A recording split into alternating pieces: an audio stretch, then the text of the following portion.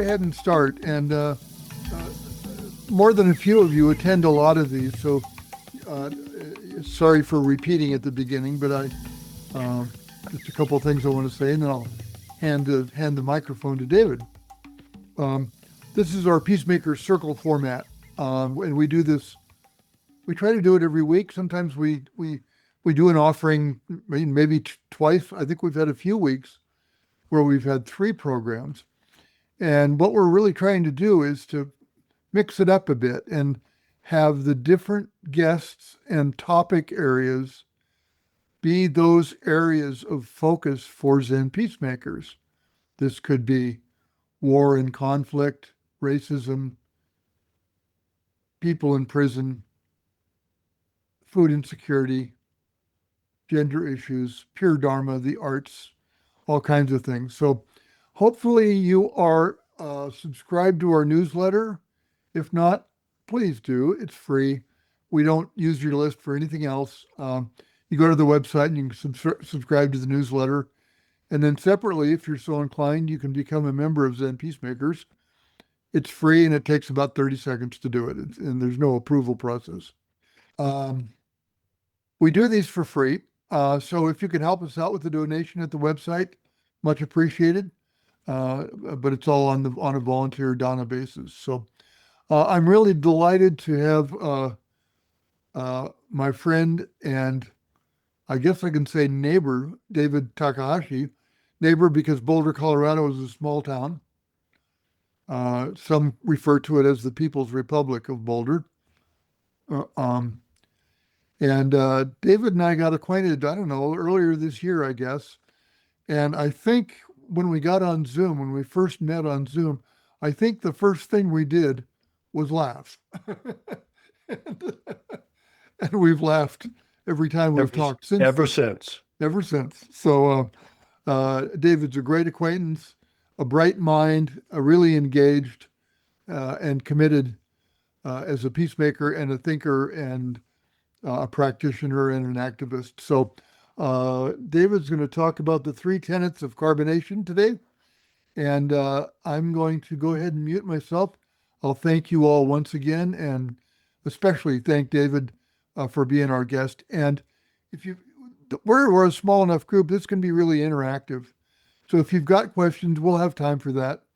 And so enjoy yourselves and relax and settle in. David, take it away. And David, I'm going to spotlight you for everyone. But if that's distracting, you can go back to your gallery view. But it'll come through this way on the recording.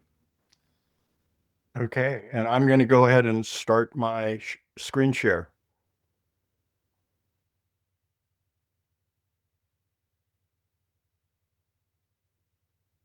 Okay.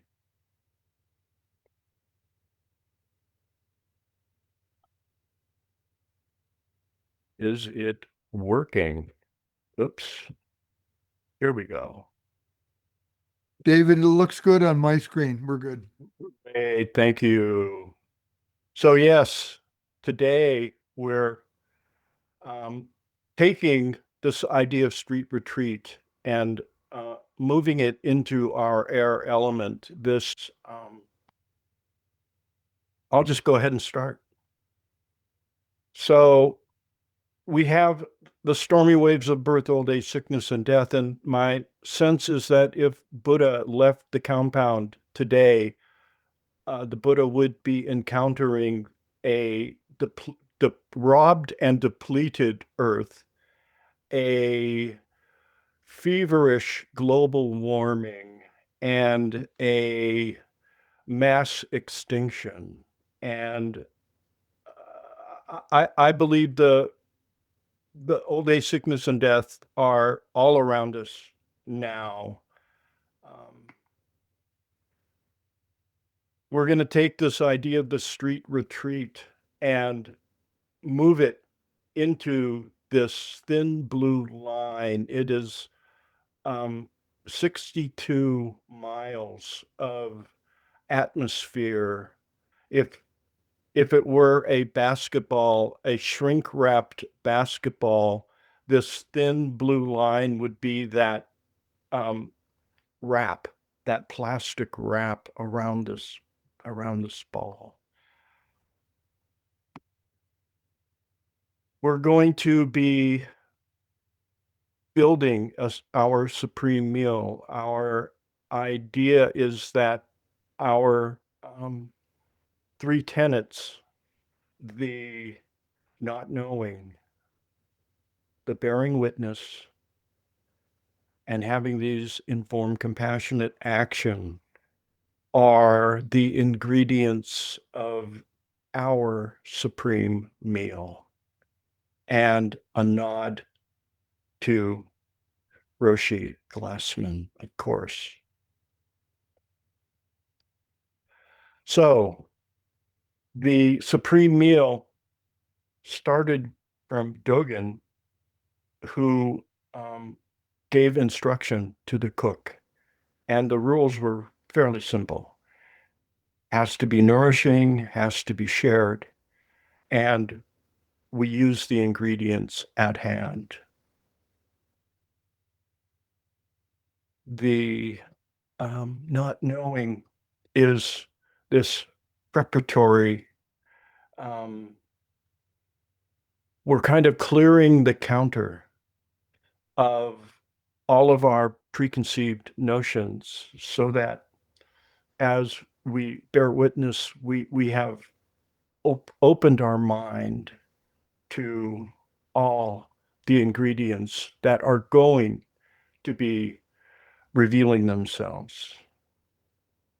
We're also interested in transforming these poisons, the three poisons, into something like wisdom, generosity, and loving kindness.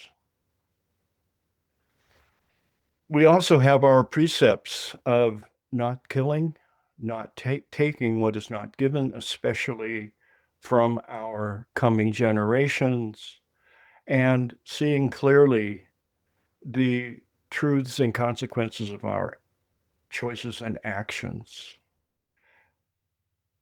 What I read this as is learning to leave a very light trace. Roshi Glassman required street retreatants to build a mala. This is very, very important step of kind of preconditioning people to having to ask for help. And for our purposes, our beads, I believe, are our experiences of the symptoms of climate global warming. The moral, I think, the moral dilemma of our generation. So, the not knowing, the beginner's mind, the letting go of our notions and opening ourselves for the ingredients that are going to reveal themselves just around the corner.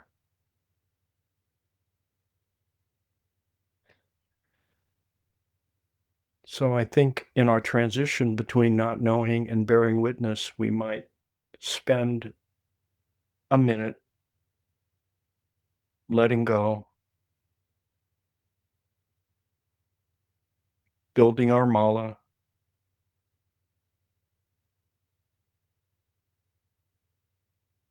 opening up.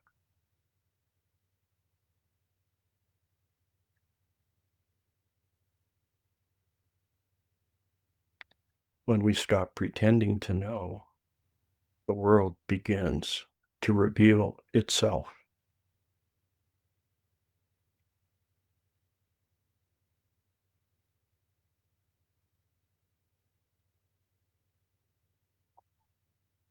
So we move into bearing witness, widening our view,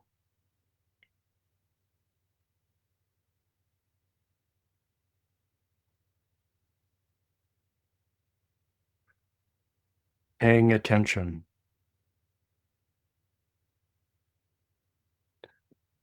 What we have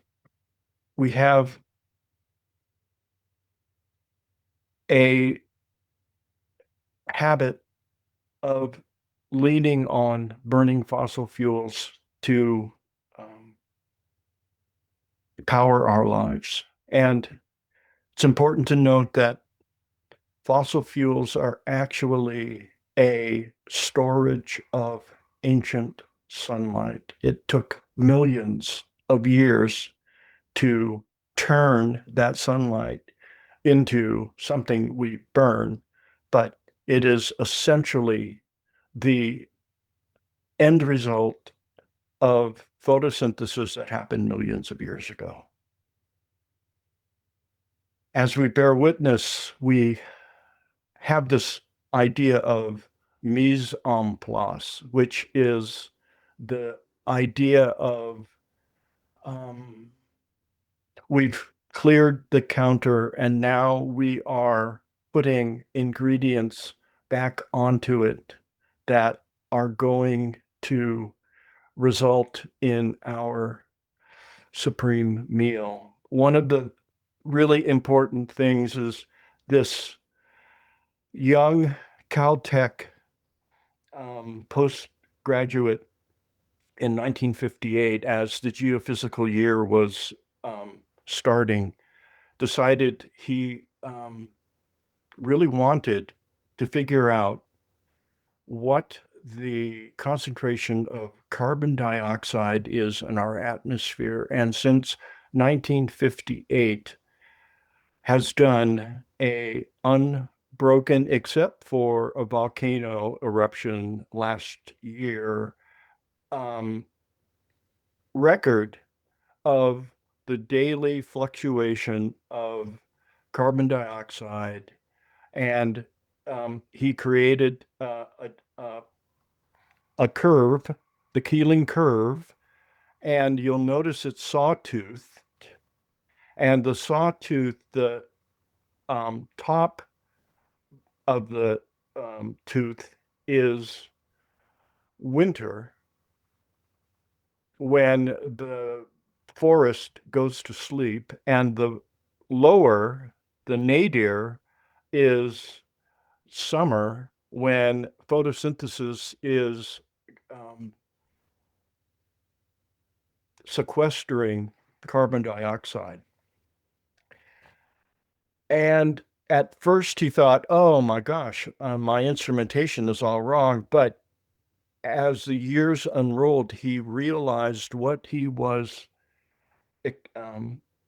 witnessing is the earth respiration year over year. And he also noticed that it was rising. One of his colleagues, Dr. Seuss, the other Dr. Seuss, was able to prove that that ancient sunlight, the carbon that was available at that time, was a different isotope than the carbon we have today. So the research could show that the carbon that is in the atmosphere has actually come from an ancient source, which turns out to be the burning of fossil fuels.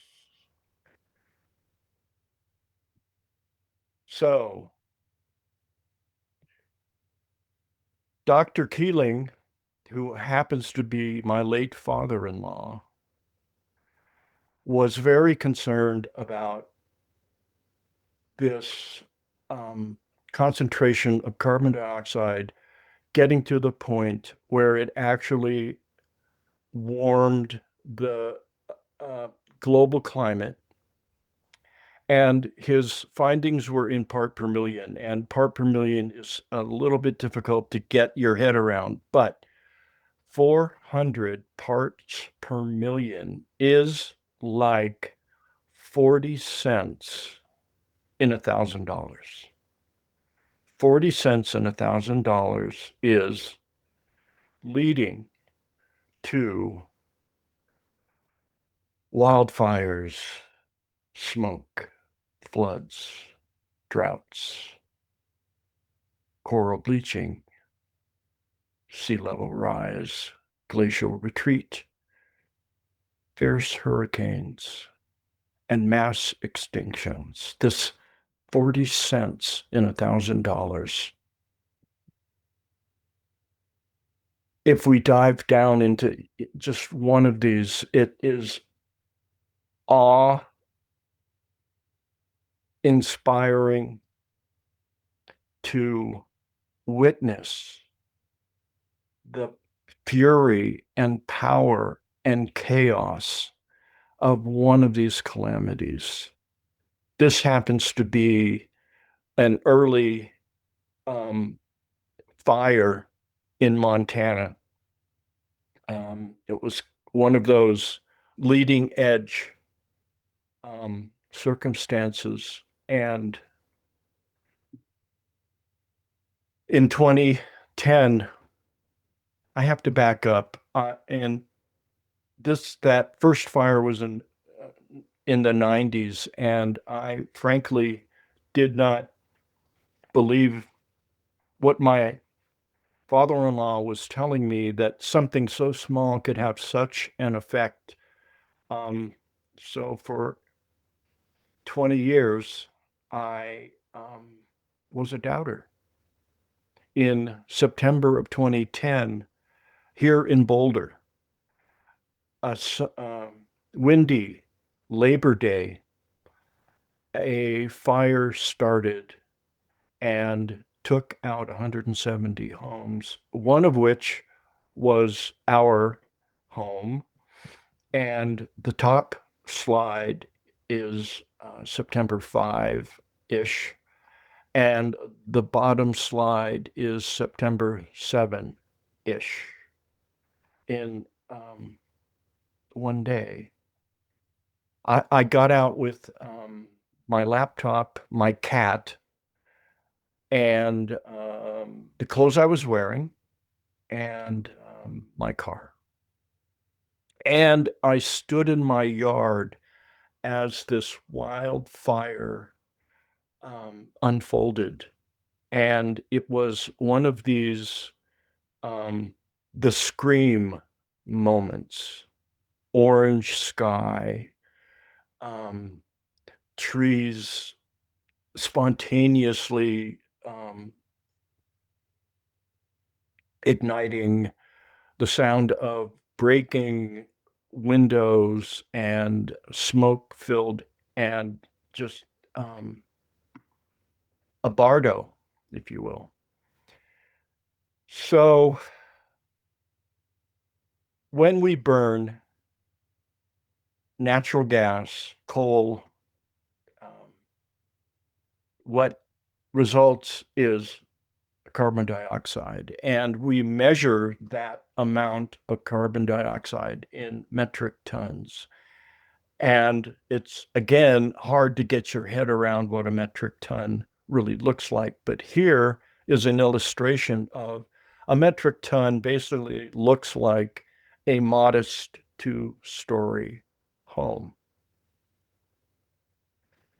We do, in the developing world, about 17 metric tons per year. So if you take that block on the left and stack 17 of those in a year, our average emission of carbon dioxide is about a 34-story building in that 62-mile thin blue line. That, if you do the math, turns into about 100 pounds per day. That 100 pounds per day, you add it up, and you get your 17 metric tons. The backpackers among us are going to appreciate how heavy 100 pounds is. And what we really need to do is get that down to about 10 or 12. Okay? 10 or 12, that for a backpacker, that's pretty light. We measure power in this thing called kilowatt hours. And the way to think about a kilowatt hour is if we have a 100-watt light bulb, if we keep it lit for 10 hours, we will use 1 kilowatt hour. So 10, the hours times the wattage gets you kilowatt hours. Sunlight hitting the earth, and I'm taking this at Boulder at 40 degrees north latitude, is able to create energy. If we have a 30 by 10 patch of solar panels, modern solar panels on your roof, you will be able to power your house for that year. 30 by 10. It's about 20 panels on your roof. Whoops. Okay, so I mentioned that 10 or 12 pounds of weight per day would get us something. What it would get us is it would match the carrying capacity of Earth's carbon sinks. So the oceans, the forests, and the ground sequester carbon, but we are producing so much more that we are overwhelming Earth's ability to absorb what is there. The Earth, left to itself, is this marvelous system, and we'll get into it, in subsequent slides, but it is a wonderfully balanced, unbalanced system that is constantly readjusting itself. And we are just overwhelming it. If we think of that kilowatt hour as something that you might create using your rowing machine, what we could do is say each rower on a rowing machine can produce about 100 watts. So for that light bulb, it would take 10 of these rowers to create the energy to light that 100-watt light bulb for 10 hours. And what we do is we call these rowers, these virtual rowers, are energy slaves. Energy slaves. So we have not gotten rid of slavery. So the energy slaves in our tasks, our day-to-day tasks, you can see up in the top left, that is charging a phone. That's like a tenth of a slave. Down on the bottom right, it's drying a load of clothes. That's 30 energy slaves. And everything in between. And we start to look at our life as, how many energy slaves does my life require? We mentioned this idea of the three poisons and greed, and having to transform that into this kind of sense that the earth has finite resources. It is like a petri dish, and we know what happens on a petri dish as unsustainable growth happens. We run out of nutrient.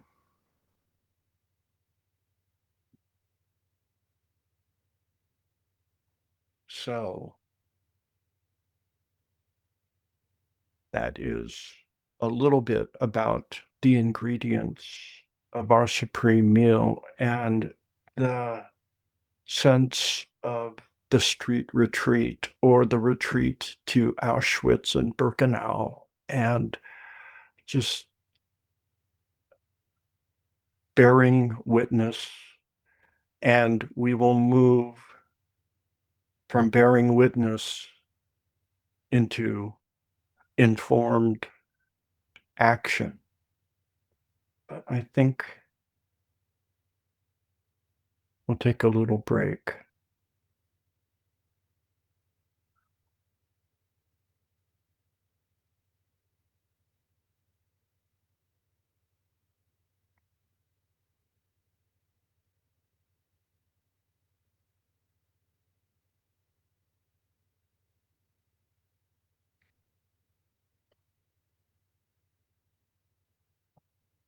Okay. So something I have discovered that I'm going to share with you is this idea of tree Tong Lin practice. Now, it turns out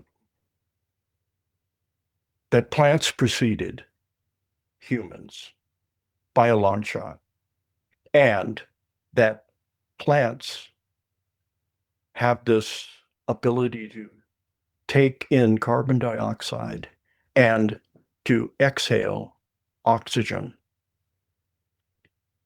There were so many plants, the balance got to a point where plants needed an oxygen sink. They needed something to take oxygen. So my theory is that plants evolved humans in order to take care of the excess oxygen and return carbon dioxide. So the idea of tree Tong Lin is the giving and taking of oxygen and carbon dioxide. And it's really simple. You go, you find a tree or a bush, and you say hello. And you consciously start to exchange breath with this plant. And it is as simple as breathing out carbon dioxide. The tree breathes it in. The tree takes the carbon dioxide and turns it into sugars, and it exhales oxygen, which we breathe in. Oxygen.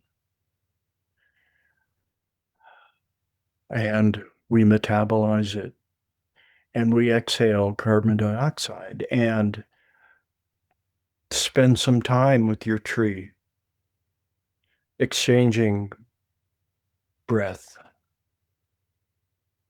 and appreciating your interrelationship and your interdependence with, in this case, your masters.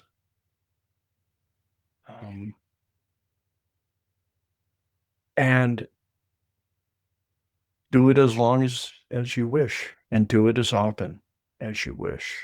I often do this during my sitting practice, my tree Tong Lin interlude. Another thing is to acknowledge that our relationship with carbon is an addiction, and that we can take your homework is to take the 12-step program and substitute carbon for alcohol or drugs or overeating, and really do the steps, do the 12 steps of acknowledging and acting and yeah, it's compassionate action. Okay. So here's an example. Step number one, we admit that we are powerless over carbon. Our lives have become unmanageable. But you can do this with all 12.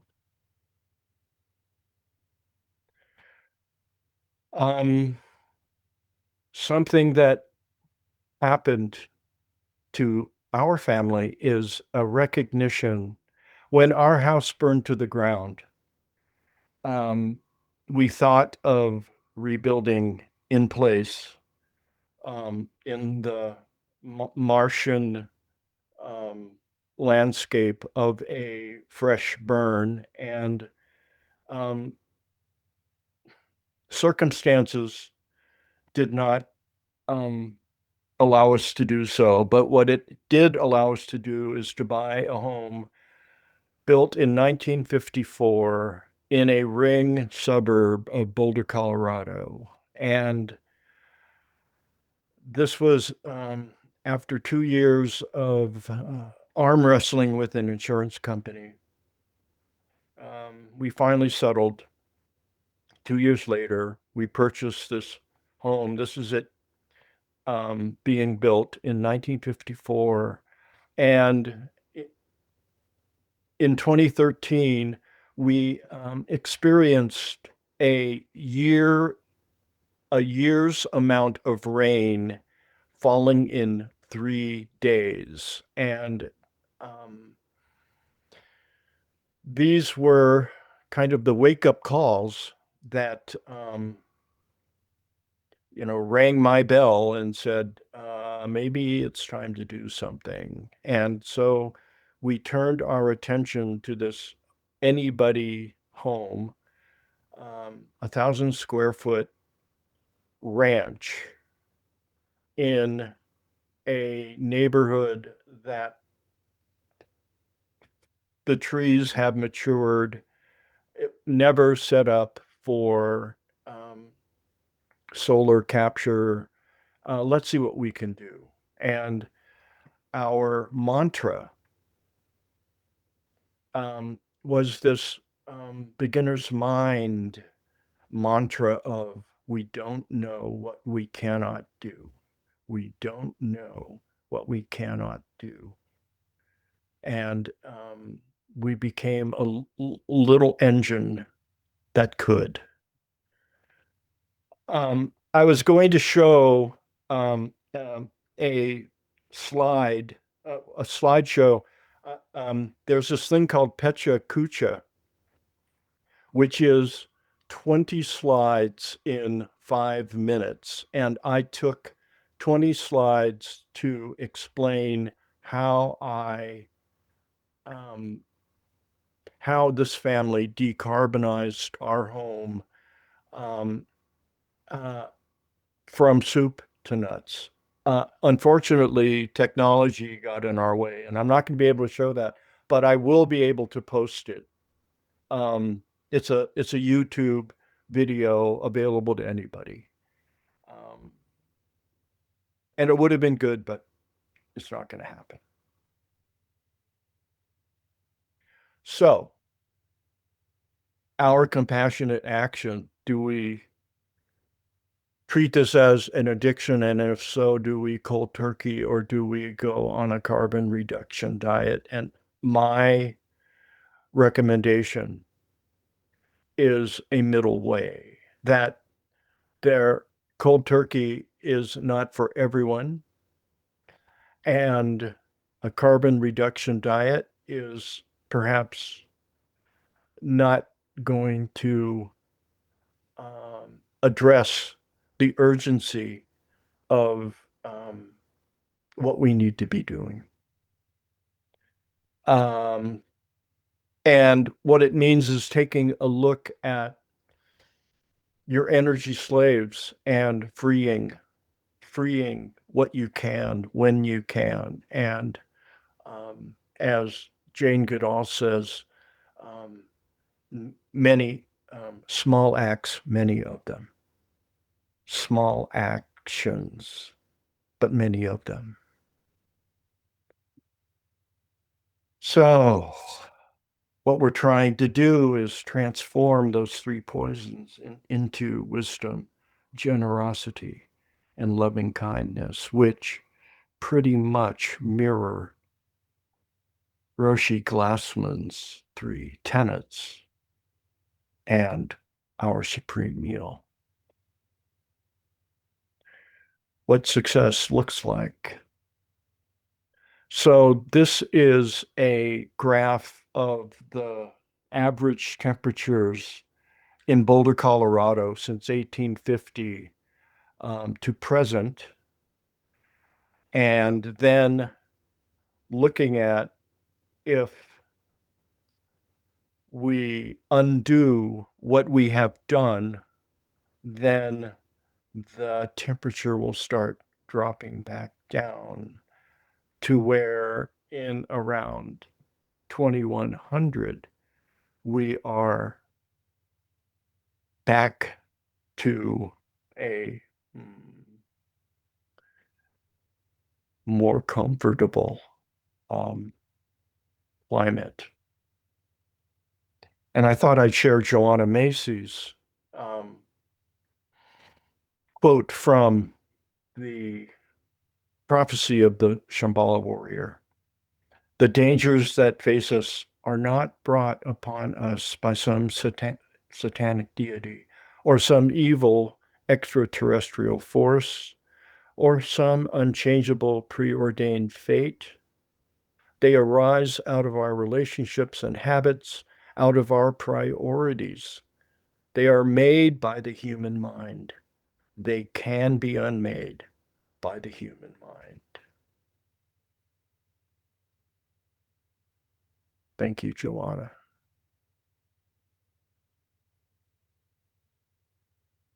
So I thought we would be able to transition from this into discussion. Our supreme meal is simmering. I ask what you bring to the table. Three words come to my mind, and the words are itadakimasu, which is that blessing before the meal that honors everything that brought these ingredients together into our supreme meal. Itadakimasu. And with that, I'm going to hand it over to us. I'm going to stop sharing. David, before you stop sharing, Sure. might I ask, slide 32 had a lot of detail that was difficult to read, but if you could maybe go through the bottom row, I think it'd be really interesting to everybody. Okay. Those various actions that people can take. Was that this one? That's the one. Okay. Yes. So the actions you can take, I mean, they go from this is the big action on this slide is limiting the number of children. Okay. That is an interesting concept that part of our problem is the number of people that we are putting on this planet. The next one over is ditching your automobile. Ditching your automobile. Okay, so that would be counting on walking, bicycling, mass transit. The next one over is limiting your flights. It turns out this one, I mean, they're all controversial, but this one's kind of controversial. I talk to young people, and I mention cutting back on flights, and their justification is the plane's going anyway. Um, and so the controversy is maybe flying, but do you have to fly so much? Um, okay, and then um, this is the use renewable energy whenever possible, um, which, as a consumer of electricity, you are able to tell your utility, if green energy is available, I would like to use it. Um, the next is um, switching from internal combustion using fossil fuels to electric vehicles. That's pretty much a no-brainer. If again, I think the one of the strategies here is um, when it comes time to do a replacement, like 6 months before it's time to do a replacement, it's good to get started on how can I make the replacement in a mindfully aware manner. So before your car dies, um, shop around, find an EV, figure out, I want new, I want used. If I'm used, where, and, blah, blah, blah. Um, um, it turns out here in Colorado, if um,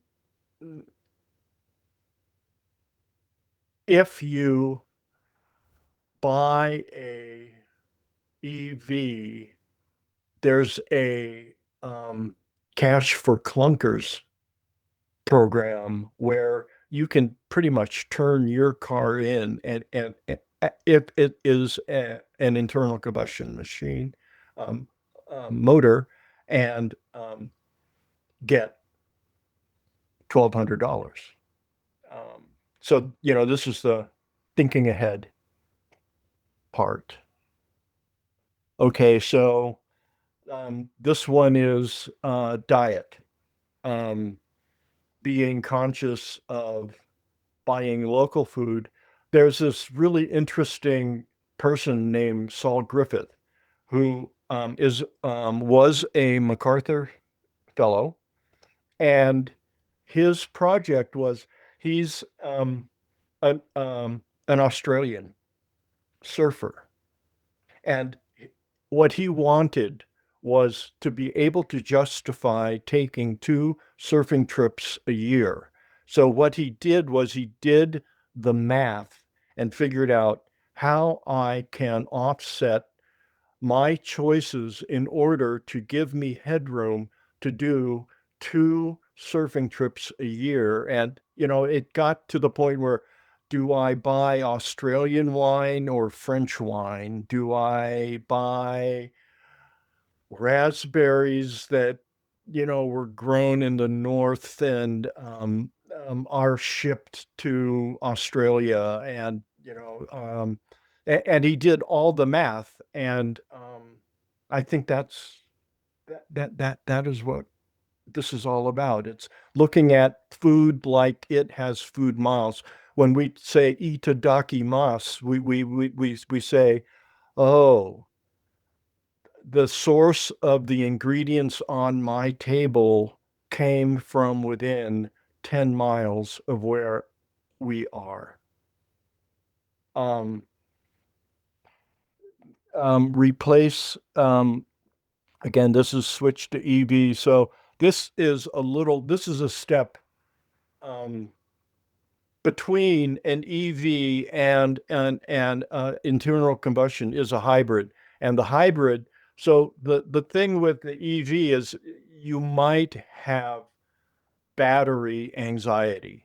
Range, they call it range anxiety. It means if I'm trying to drive from Boulder, Colorado to California, there is this stretch of road where there are no chargers. Um, so that's called range anxiety. And but the hybrid gets you two-thirds of the way there because you run electric until you can't, and then you um, internal combustion takes over. So that is the hybrid. We talked about drying clothes and how many energy slaves that requires. Um, Basically, what fossil fuels are good at is create it the delusion of creating heat. Um, you burn something and you have to burn something in order to create heat.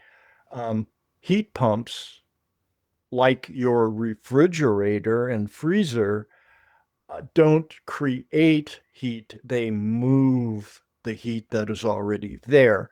So, um, we talked about um, the choice you make about drying clothes in your dryer. Um, there are heat pump dryers now. And of course, there's um, putting your clothes out on the line. Okay. Recycle. Um, this is the easiest thing. Um, there's actually reduce, repurpose, and recycle. So I think that recycle is your kind of last resort. It's really important, but what we really want is to reduce the amount we need to recycle. And we also know that in terms of power, the cheapest kilowatt hour is the one you do not use. So if you look at your life and you say, um, I really don't need the air conditioning on 24/7. Um, Now we're starting to talk about reduce. And if we start to say, I don't I don't need to recycle single-use plastic. Um I just need to stop using single-use plastic. And then I don't have as much to recycle. Okay. So, okay, hang dry clothes, we went through that. And your lighting. Um, yeah, LEDs are, I don't know, they last 10 times as long, and the cost is getting equitable because you just can't find an incandescent bulb anymore. I mean, if you wanted to, like, for instance, there are areas like the oven or the freezer or the microwave where it is really hard to get a LED bulb that is going to work. Actually, freezers and refrigerators, it's pretty easy. It takes some um, work, but they are available. High temperature, not so good. And microwaves, it's just really hard to get into. But um, you're using a tenth of the power and they're lasting 10 times as long. So that just seems like a no-brainer. And it they're there was a stopgap, the compact fluorescent, and the problem with compact fluorescent lighting is it requires mercury, and mercury is one of those resources that are best left in nature. So does that help, Jeff? Yes, David, thank you. That was good. Okay. So I'm going to return to opening up for discussion. Where are we? Good. We're good. We have like a lot of time for any questions, comments, reflections, anything that arises. The you are the right people. Whatever happens is the only thing that could. Now is the right time, and when it's over, is over. Are the principles of something called open space technology, which is the methodology for reaching consensus in small or large groups. And I just felt to empower you to take the talking stick and let us know. Maybe unshare, David, so we can see Oh, everybody. yeah. Sorry. No, that's okay. Good point. Let me see here. Here we go. There we go. So I'm putting it in view gallery. There you go. Yeah, hopefully folks have some questions and some comments. I see. Kathleen, great, thank you. Kathleen's dialing in from Yeah, I was. Germany. Sorry, Jeff, I was interrupting you. Sorry. No, I was just sharing that you're coming in from Germany. So Nice. Wait, I changed my view to gallery so I can see you all. I was actually applauding for in the first go. It wasn't already raising my hand, but thanks for seeing that, Jeff, that I wanted to do that. Usually I'm a bit slow in that and digest a bit more or process a bit. But it's great to jump right in. So thank you, David. Thanks a lot for this presentation and your words. And I really appreciated the structure of the presentation on really getting in touch with the three tenets and with Bernie's or the Peacemakers process and seeing. And you showed us so well that that it's not just a meditation practice, but really, really practical. So practical. We can really. That reminded me again that we can really use it in everyday life and in difficult issues that we work on. So, oh yes, I'm actually full of questions, but let me start with, or maybe first an observation. I found myself, and that's why I appreciate it so much that you started with the tenets and the not knowing. Especially during the phase of information of bearing witness in your presentation, I found myself thinking, oh, I know that already. I really know these facts. And then returning to the not knowing and deliberately going a step behind and touching the not knowing, how that made me again really opening my heart to these facts, to this information. That was really good and helpful and useful for me.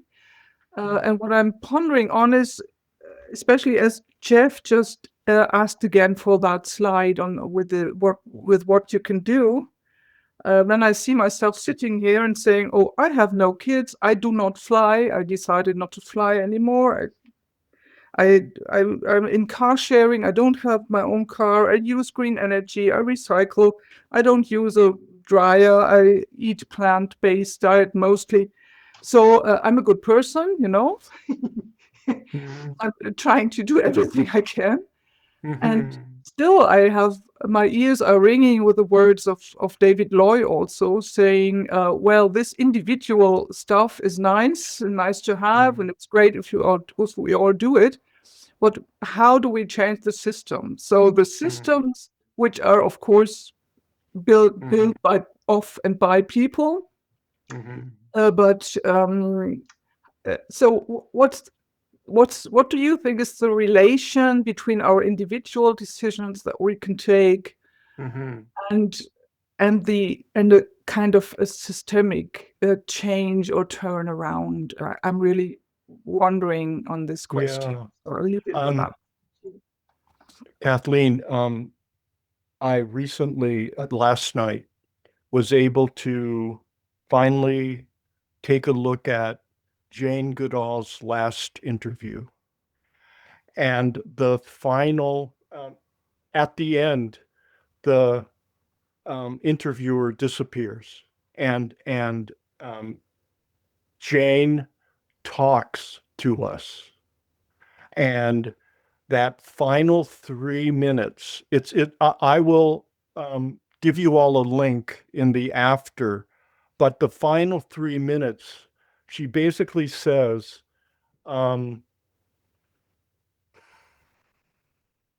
do what you can with what you have. Millions and billions of small acts will add up and will be the thing that changes the system. She also said she would like, earlier in this interview, she makes the point of she'd like to put Elon, Donald, Netanyahu, Putin on a spaceship and kind of send them away. Yeah, but to your point, do what you're doing, get some friends to join you. Yeah, exactly. And that's maybe the ingredient, as you asked for that, what your ingredient. Yes. So maybe Yes. that's my ingredient to the supreme meal in these times, like to create spaces and hold spaces for people to settle into this inconvenient knowledge that we can't control it anymore so well, that we are addicted, and to realize that and to be held in that and to go further from that. And that's maybe the ingredient that I can offer Yeah. these days. And to give the example of the incredible lightness of being. Yeah. Thank you. I hope that helps. Tom, you've got your hand up patiently for a while there, your electronic hand at least. Uh, Thank you, David. That was a nice review, and I especially liked your last the slide with all of the things that we can do. And of course, all of that is correct, and it's all far more complex than you pointed out. Mhm. My middle way with the electric vehicle was when my lease was up on my electric vehicle, I bought it rather than getting another one. Mm. So that because of the slavery Mhm. that is employed to get the minerals that are Mhm. shipped around the world, and all of those complications. But that was Itadakimasu. yeah that was yes, thank you. So that was one of my reactions. Oh yeah, this is a middle way. But here in the States, up until a month ago, people could get a federal rebate for buying an electric vehicle, and now they can't. And a lot of people thought, oh my gosh, that's going to be a terrible thing for EVs. However, I saw an article, I'm not sure where it was, the Atlantic, New York Times, something like that, that said, well, those rebates are intended to help get something started.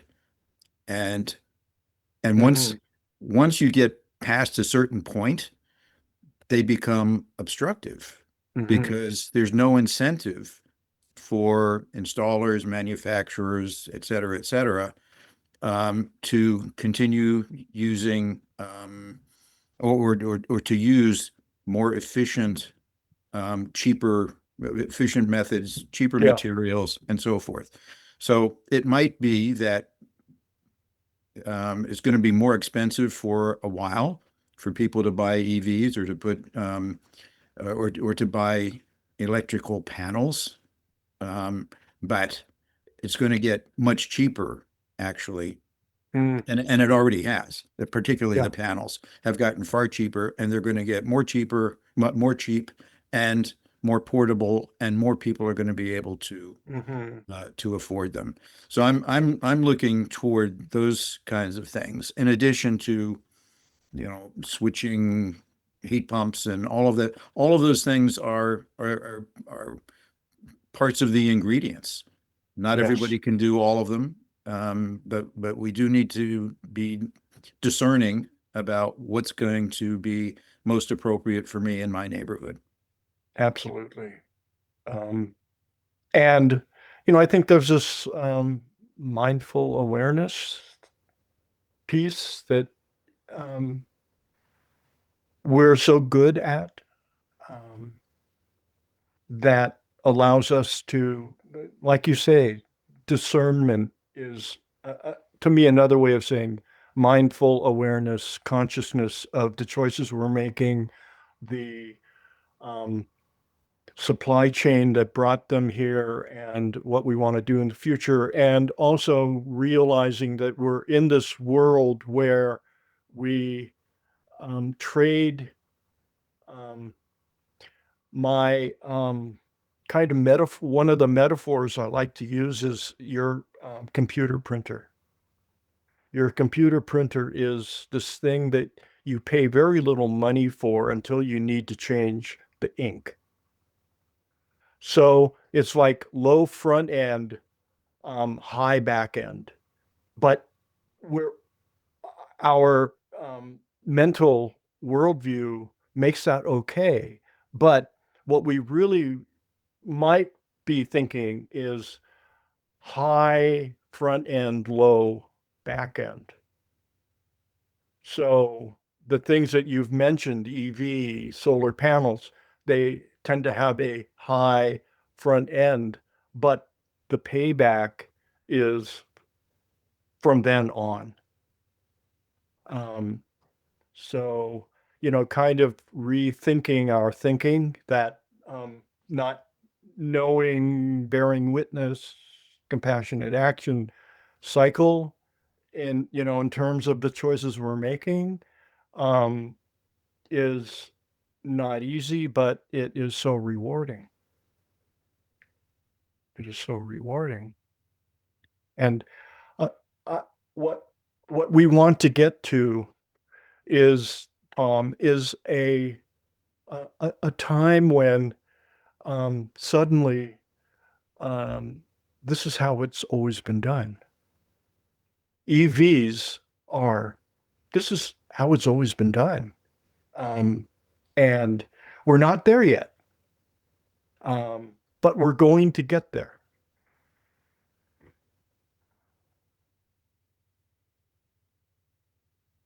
Anyone else? We've got a little bit of time. We've got about 20 minutes or so. Yeah. Any question or any comment? David, I have one for you. Okay.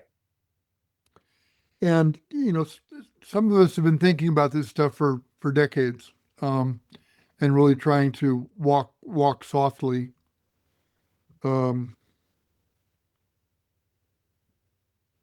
Harvey Manning wrote a mountaineering book called Freedom of the Hills. And the front,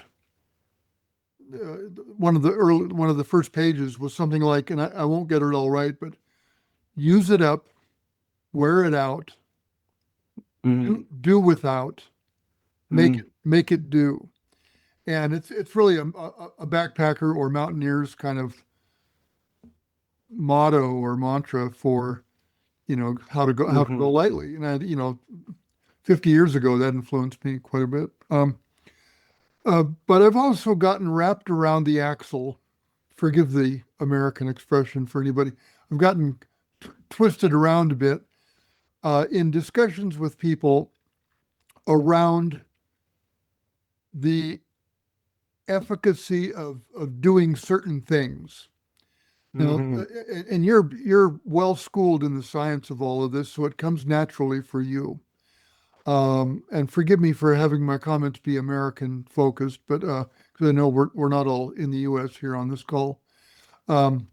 Americans have demonstrated that we have either complete ignorance of, or at least disdain for science here in the last few years. Some percentage of us have done that, and others are just not inclined to go so deep. Some of these decisions that we make about reducing or not using or use this instead of that can get really technical. I mean, you've had this conversation, Dave, with somebody. Well, yes, that's all good, but then what about the lifetime of the battery that you have to discard? That whole, and it can go way down the rabbit hole. And so I'm not sharing this in order to discourage any of us. I want to encourage us all, but I'm wondering if for lay people like me, who, I've got enough science back there and I have a huge appreciation for it, but it's not my world. Do you have a kind of a definitive place where you can go to get a comprehensive assessment of whether doing this or that is a good idea? You know what I'm saying? I believe so. Kind of a reliable resource that's not biased. I mean, Paul Hawkins' most recent book was quite extraordinary, but it too is really detailed. I wonder what he had to say about that. Well, here's what I have to say, Jeff. There are organizations here in Colorado. There is an organization called Go Electric Colorado, and it is actually propagating to other areas. So there's a Go Electric Oregon now. There is a Go Electric New Mexico. There is a Go Electric Arizona. And basically, the way it works is there are trained coaches that are available. You basically get on the Go Electric Colorado website. You get taken to a scheduling application. You sign up for a 1-hour virtual consultation. The consultation basically is going to do something like, say, have you done an energy audit on your home? The energy audit will, you would do this through your utility. Your utility is charged now with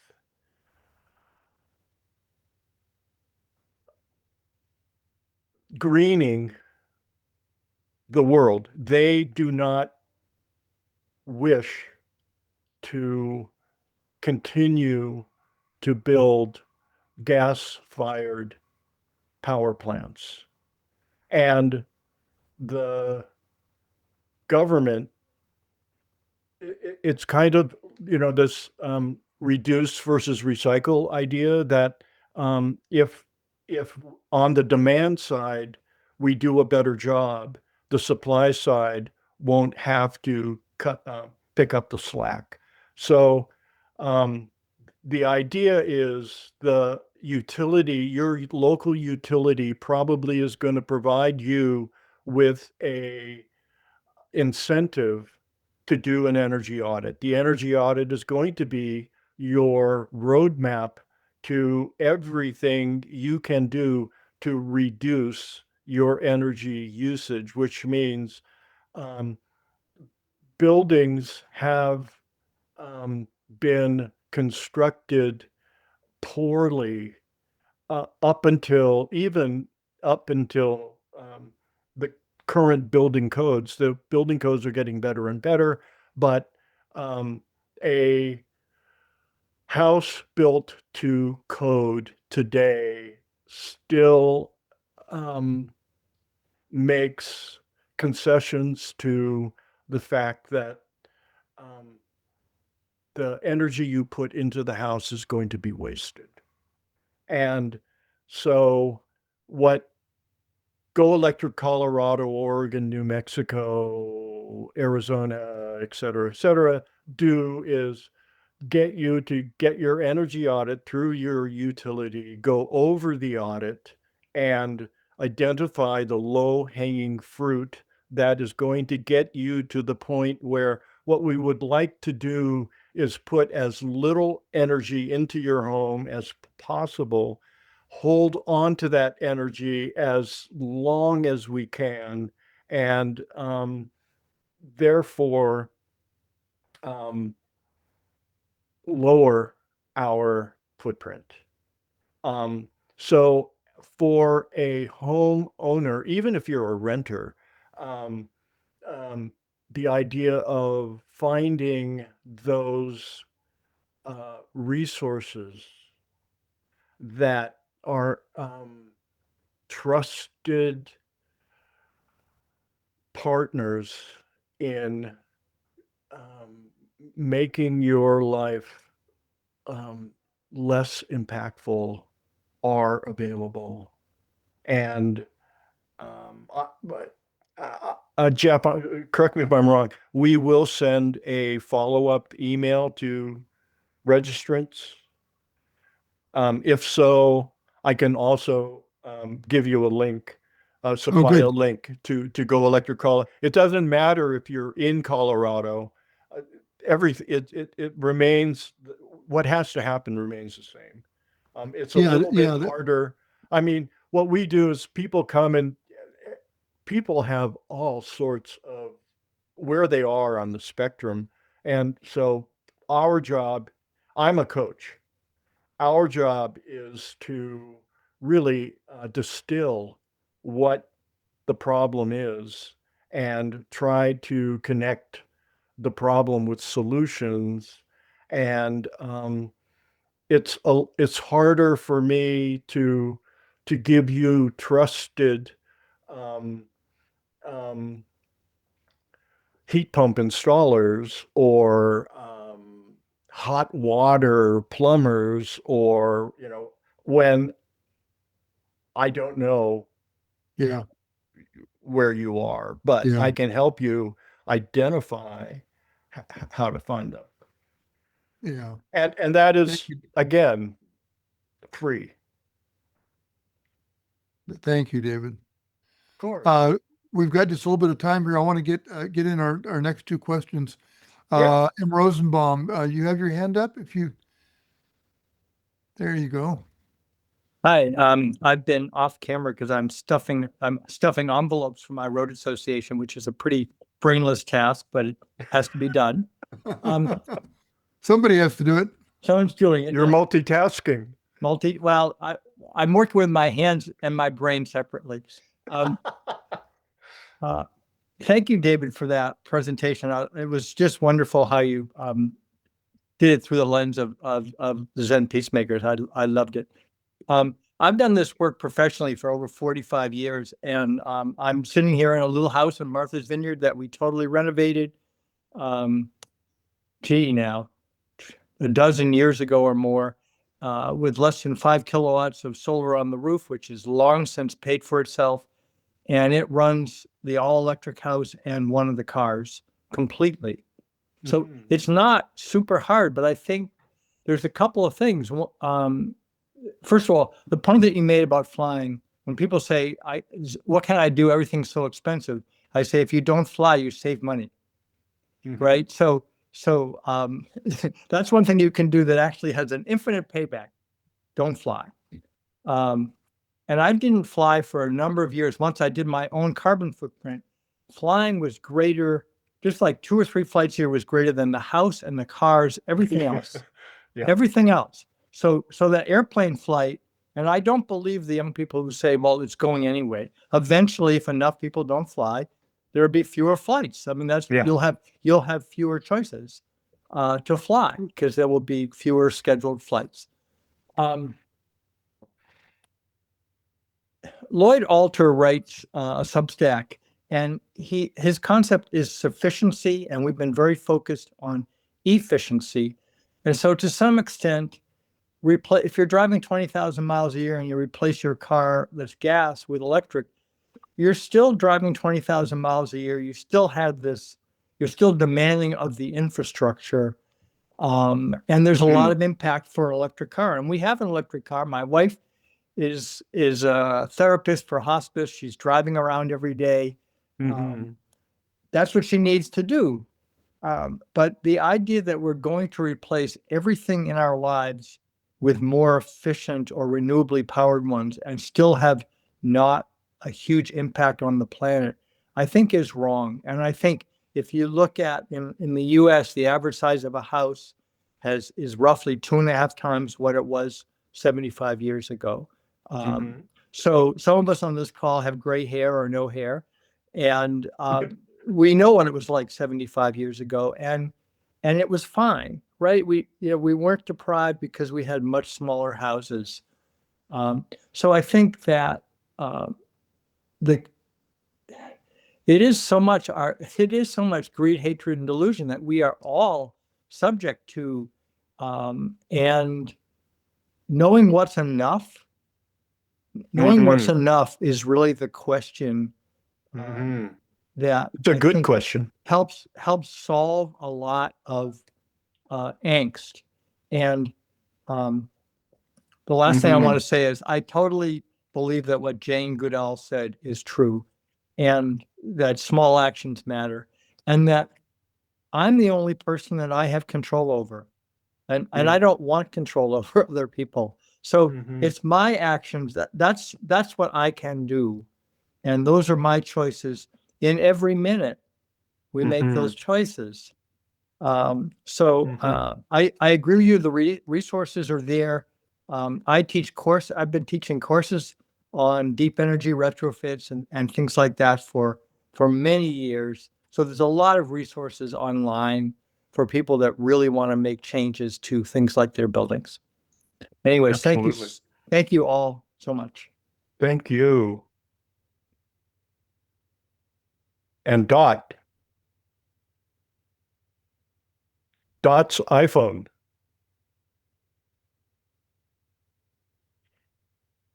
Go ahead and unmute, Dot, if you're still with us. Thank you. Sorry about that. I posted my comment in the chat just in case we're out of time. I have been doing a lot of things on the list after, feeling very heavy about my driving in some roles that I had in the past where I had to drive a lot. And I, had started drying clothes on the line, but then feeling like I could make a contribution by doing this carbon sequestration in the backyard, which was something I read about, and have been inviting other people to partner in that work. And by doing that, I was kind of inspired by the work of Masanobu Fukuoka, the One Straw Revolution. One Straw Revolution. Yes. So just that, I feel like that's a way that I can help capture the carbon of my own use as well as other, a carbon that's being emitted into the atmosphere. So I really greatly appreciate this presentation. Has been wonderful, and really I appreciate it, and hope I will be able to learn more. Thank you. One of the patterns I'm hearing, it actually, there's this thing called contagion. And it turns out that one of the things that creates demand for solar is when someone puts solar on their roof, and the neighbors suddenly, another neighbor puts solar on their roof, and then another puts solar on the roof, and the next thing you know, half of your street has solar on the roof. And so the using that idea of contagion, that what you are doing is you're spreading good news, and that this will infect your friends and your neighbors, is it's worthy. We have seen solar going up in our neighborhood, and I don't know if that's because we put solar, but I do know that one night the power went down here in the neighborhood, and our house was lit up, and neighbors were like, "What's going on there?" So, I know Kathleen's got her hand up, but David, I want to sneak in something really quick. And okay. do you have a picture of your house now? Yes. Love to see it. Okay. Let's see. Right now? You kind of had it before, Uh-huh. that ranch house that you showed, I Yeah, presume yeah. is your house. So Right. I was kind of interested in the Yeah, after, in the after. uh, I will send that out. We'll get together and put this together. But basically, before and after, Yeah, there's really no difference, except there's solar panels on the roof, I see. Okay. right? But otherwise, it's like this trick question, you know, because all the work is kind of hidden. Yeah. Thanks. Very good question. But we have another one. Yeah, we have Kathleen here. Yes. As I said, I'm full of questions. So That's more good. small questions. The one is, what is in your eyes the solar panel for group processes? So how can we kind of um, how do you build community? If you say just bring a couple of friends together and go ahead, then of course you can put real material solar panels on the roof. But what is your experience in group processes? Where are these changes? And my other question is maybe very close to that, because I really heard about your turning point in 2010, the burning of your house, that you That's said my I guru was, deed. yeah, so yeah. And so if you may say a couple of more words, what really happened in that moment? Was it just the doubt burning away, or how did it really change you? So more question, I know, but maybe Yeah. words. Well, a couple things. First of all, in Germany, this balcony solar is really taking off. Yeah, Uh, and where- we are a primary area here in Bonn. We have the most balcony solar panels all around the area. Yeah, I think in Germany they Germany is an incredible story because it is such an unlikely place for solar to take root. Because unlike Colorado, where you have 300 sunny days, in Germany, not so much. But despite that, it has taken off. The second thing is a little story about uh, community solar. We have a local farmer who inherited a modest farm that happened to be on the existing transmission line. And what he did was he created something, he pioneered something called agrivoltaics, which is ground mount solar panels that provide shade underneath that are tall enough that you actually can cultivate underneath. He's got sheep running around. He's got a border of wildflower pollinator garden, and he sells subscriptions to the solar. So he's taken his farm, which was a loss leader, and turned it into a profitable